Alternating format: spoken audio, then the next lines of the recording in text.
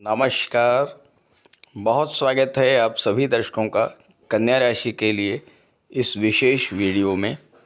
दीपावली पर होगा डबल धमाका। आपके जीवन में कुछ बड़ा होने वाला है। जी हाँ, वर्ष 2025 की दीपावली आपके जीवन में दो गुनी खुशियाँ लेकर आ रहा है।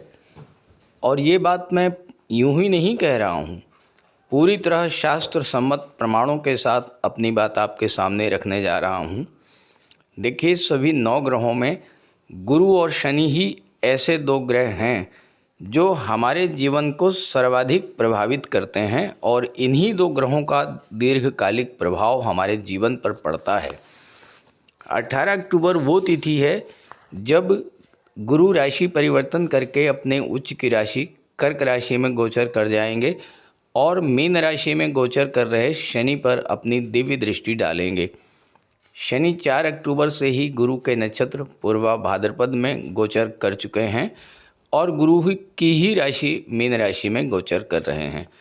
और गुरु की दृष्टि पड़ने से शनि में भी गुरु की दिव्यता और शुभता आएगी। जब गुरु और शनि की ऊर्जाओं का संयोजन होगा तो ये संयोग ज्ञान और अनुशासन को एक साथ लाने वाला होगा। व्यक्ति का झुकाव धर्म और अध्यात्म की ओर बढ़ेगा। जीवन में स्थिरता आती है और ये संयोजन कैरियर में तरक्की और वित्तीय स्थिरता लेकर आता है। ये संयोजन व्यक्ति को भावनात्मक संतुलन और दृढ़ता प्रदान करता है। ये संयोजन व्यक्ति को बुद्धिमान, ज्ञानवान, कर्मठ और सफल व्यक्ति बनाता है। भाग्य का भरपूर साथ मिलने से उच्च पद, मान सम्मान और धन संपत्ति की प्राप्ति होती है। उच्च शिक्षा और विदेश गमन के योग बनते हैं। परिवार में प्रेम और समझदारी बढ़ती है। संतान के साथ और जीवन साथी के साथ संबंधों में सुधार आता है और व्यापार व्यवसाय में वृद्धि देखने को मिलती है। तो आइए समझते हैं कि कन्या राशि के जातकों को इस दीपावली पर देवगुरु किन किन खुशियों का उपहार देने जा रहे हैं। ये विश्लेषण आपकी चंद्र राशि के आधार पर किया जा रहा है। तो ये है कन्या राशि के जातकों की कुंडली। आपकी कुंडली के सप्तम भाव में शनिदेव का गोचर है। गुरु की राशि मीन राशि में। देवगुरु वर्तमान में दशम भाव में गोचर कर रहे हैं और 18 अक्टूबर को देवगुरु एकादश भाव में गोचर कर जाएंगे। शनि वर्तमान में गुरु की ही राशि और गुरु के ही नक्षत्र में गोचर कर रहे हैं। जब 18 अक्टूबर को गुरु एकादश भाव में गोचर करेंगे तो गुरु की दृष्टि भी शनि पर पड़ेगी। अब यहाँ पर देवगुरु 2 केंद्र के भाव, चतुर्थ भाव और सप्तम भाव के स्वामी होकर के 11वें भाव में जा रहे हैं। यानी वो भाव जो कि आपकी इच्छा पूर्ति का है, वो भाव जो कि आपकी इनकम का है। तो यहाँ पर 11वें भाव में जब गुरु जाएंगे तो चौथे भाव और 7वें भाव से संबंधित आपकी इच्छाओं की पूर्ति होगी। 11वां भाव आपकी डिज़ायर्स को शो करता है, आपकी इच्छाओं को शो करता है। 11वां भाव आपके फ्रेंड सर्किल को दर्शाता है और 11वां भाव ये आपके बड़े भाई बहनों को दर्शाता है। और 11वां भाव छठे से छठा होने के कारण छोटे मोटे रोगों को भी दर्शाता है। इस स्थान पर आपकी कुंडली का सबसे अच्छा प्लेनेट जुपिटर अपनी उच्च की राशि कर्क राशि में 18 अक्टूबर को गोचर करेंगे। तो सबसे पहले बात करेंगे कि आपकी कौन कौन सी इच्छाएं इस समय पूरी होंगी। देवगुरु चौथे भाव के स्वामी होकर के 11वें भाव में जा रहे हैं। तो सबसे बड़ा लाभ ये होगा कि इस समय अगर आप कोई वाहन क्रय करना चाहते हैं, कोई घर खरीदना चाह रहे हैं, लेकिन धन की समस्या आ रही है, पैसे का इंतज़ाम नहीं हो पा रहा है, आपको ये समझ में नहीं आ रहा है कि कैसे मैं अपनी इस इच्छा की पूर्ति करूं, तो देखिए शनि भी इस समय एक्टिवेट हैं गुरु के प्रभाव से, और शनि छठे भाव के स्वामी हैं। छठा भाव एक्टिवेट होगा। जब छठा भाव एक्टिवेट होगा तो आपकी फाइनेंस की समस्या समाप्त हो जाएगी, आपको लोन मिल जाएगा, आपको पैसा मिल जाएगा, और आप वाहन की या मकान की या फ्लैट की या प्रॉपर्टी की जो आपकी इच्छा है ये पूरी हो जाएगी।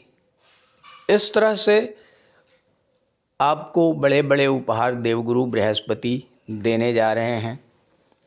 चौथा भाव भौतिक सुखों का होता है, तो सुख सुविधा को बढ़ाने वाले कोई साधन आप खरीदना चाहते हैं, ईएमआई पर खरीदना चाहते हैं, लोन पर खरीदना चाहते हैं, तो इस समय आपकी हेल्प होगी। गुरु आपके लिए सुख सुविधा के साधनों की व्यवस्था भी करेंगे। एक ऐसी व्यवस्था बनेगी कि आपको वाहन, प्रॉपर्टी या सुख सुविधा साधन बनाने के लिए अच्छा योग बन जाएगा। अब आप सातवें भाव से संबंधित क्या फल आपको प्राप्त होंगे? देखिए यहाँ पर जब गुरु 11वें भाव में बैठेंगे तो आपकी इनकम को बढ़ाएंगे, आय के एक से अधिक साधन बनेंगे। आप जॉब में हैं, जॉब के साथ एडिशनल इनकम का एक सोर्स बन सकता है। नौकरी के साथ व्यापार का योग बन सकता है। छोटी मोटी कोई मौसमी बीमारियां इस समय आपको परेशान कर रही हैं तो उससे आपको राहत मिलने जा रही है। बड़े भाई बहनों के साथ अच्छे संबंध बनना, छोटे भाई बहनों का सहयोग बनना, इस तरह की चीज़ें आपको देवगुरु प्रदान करने जा रहे हैं।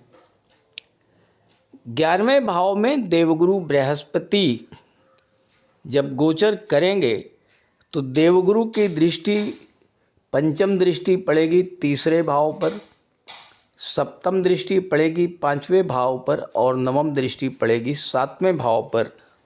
और देवगुरु की दृष्टि में अमृत होता है।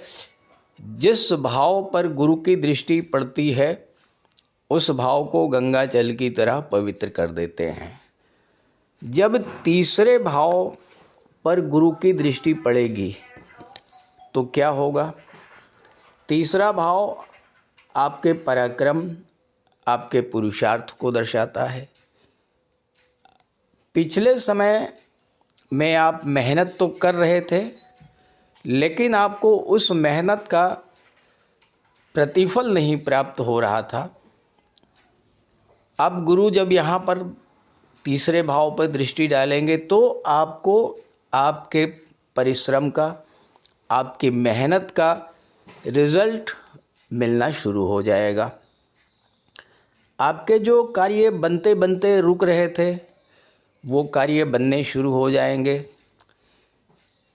आप जॉब में थे, मेहनत भी कर रहे थे, अच्छा रिज़ल्ट भी दे रहे थे, दिए गए टारगेट को भी आप पूरा कर रहे थे, लेकिन जब एप्रिसिएशंस की बात आई या एडिशनल कोई बेनिफिट देने की बात आई तो वो आपको नहीं मिल पा रहा था।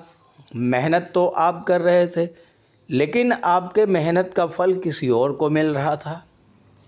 तो अब आप देखिएगा कि आपको आपके कार्य क्षेत्र में आपके कार्यों का एप्रिसिएशन भी मिलेगा, वेतन वृद्धि मिलेगी, प्रमोशन भी मिलेगा।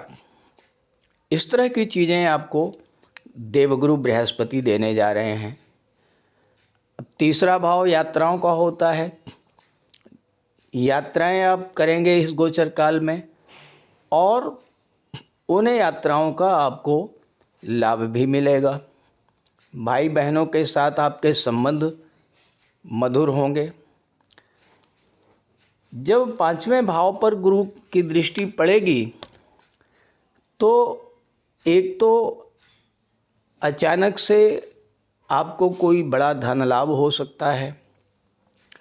आपके किसी पुराने इन्वेस्टमेंट का लाभ इस समय आपको मिल सकता है, या इस गोचर काल में कोई ऐसा निवेश आप करेंगे जिससे आगे चल करके बड़ा लाभ आपको मिले। पंचम भाव शिक्षा का होता है और संतान का होता है, तो छात्रों के लिए भी गुरु का ये गोचर अच्छा फल देने जा रहा है। माता पिता को संतान की प्राप्ति होने का योग है। गुरु ज्ञान के कारक हैं और पंचम भाव शिक्षा का है, आपके स्किल्स का है, आपके कौशल्स का है। आप शिक्षा के क्षेत्र से जुड़े हैं, किसी क्रिएटिव फील्ड से जुड़े हुए हैं, तो इस समय गुरु आपको अच्छा रिजल्ट देने जा रहे हैं।